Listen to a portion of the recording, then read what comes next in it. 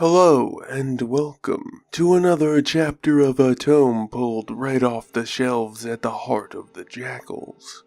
This is Rigar, part 14, The Monster. Let's get to work. Korvinus stood still.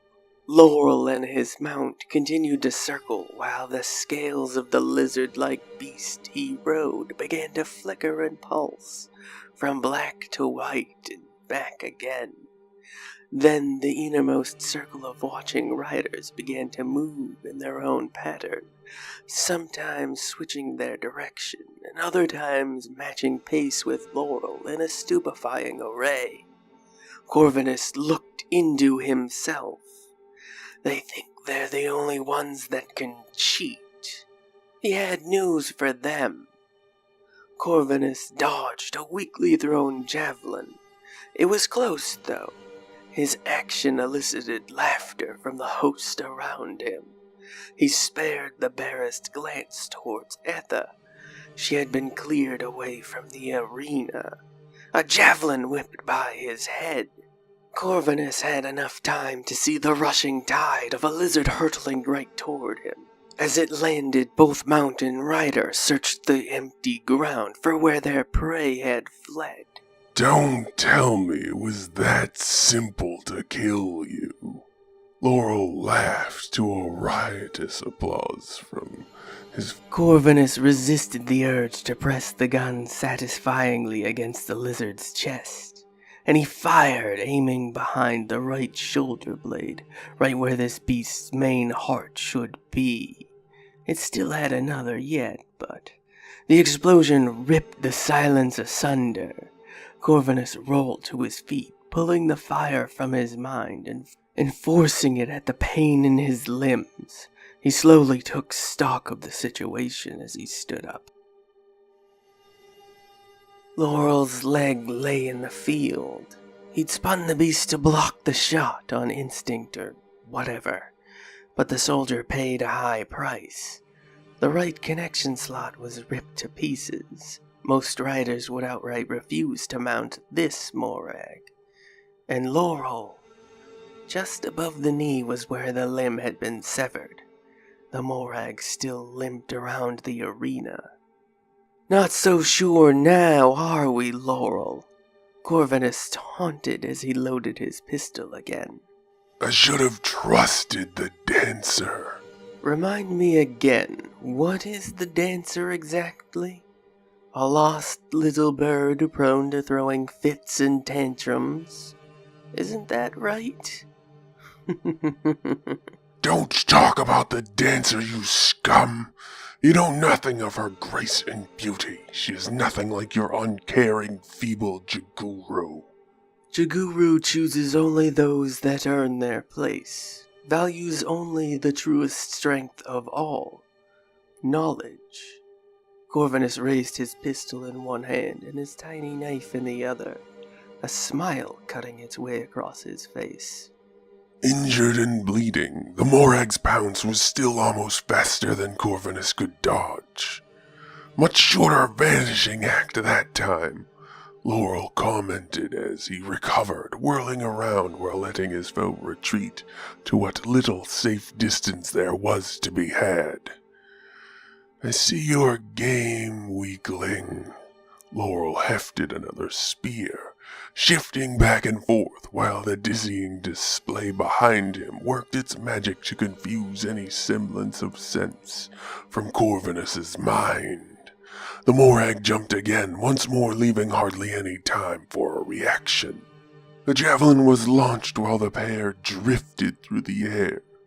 Laurel grinned and laughed, turning to gloat at his speared enemy. Not so proud now, are we? Korvinus shot the Morag once more, right in the open wound upon its back. Laurel slid free and the beast wandered off, falling onto its side to the shock and dismay of all those warriors observing this fight. Korvinus grunted, heaving himself up from where the javelin had pinned him to the ground. It had struck through his side, enough to still be contained in his flesh, but not more to do real damage than trap him temporarily. I may be proud, but at least it's earned, Laurel, Korvinus replied to the other warrior. He loaded his pistol as he staggered forward, feeling the pain and exertion begin to weigh upon each of his steps. A dagger struck Korvinus in the hand. It was only the hilt, but his hastily constructed gun shattered and fell away.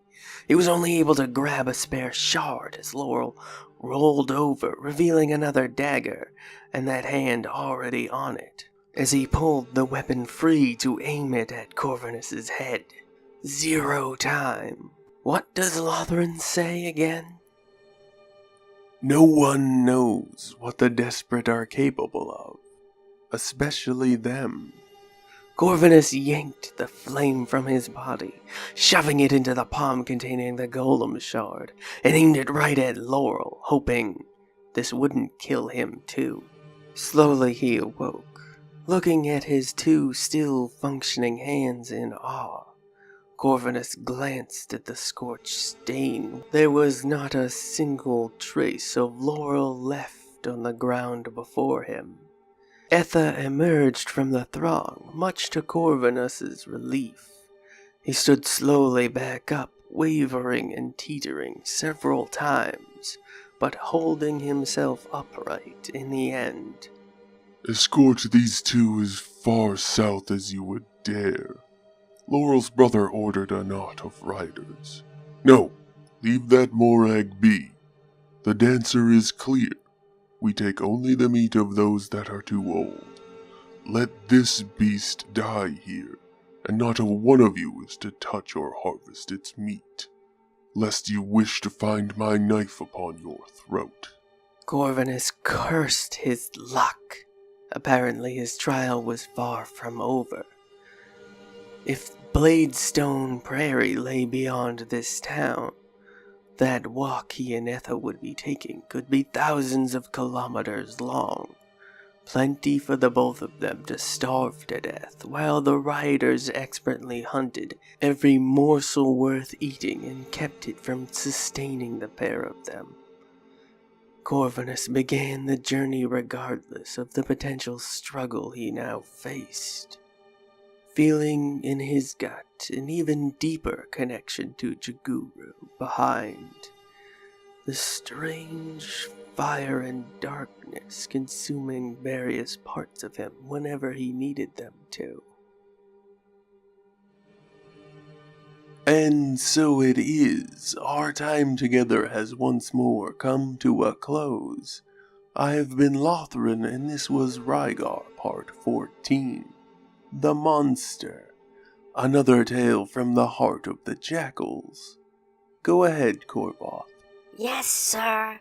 That's the end of the story today, folks. I hope you enjoyed it. Please leave all your comments, questions, and kindnesses down below. Don't be a jerk, though. And don't forget to stay safe out there. Remember to like, share, and subscribe to show your support. And when you subscribe, there's this bell that you gotta click. Once you click it, you get notifications when we release our videos every day. And you don't want to miss none, so that you gotta click that bell right now. Good night and good luck. See you again tomorrow. Bye-bye, everybody. Bye-bye. Bye-bye. Bye-bye. Bye-bye. Bye-bye.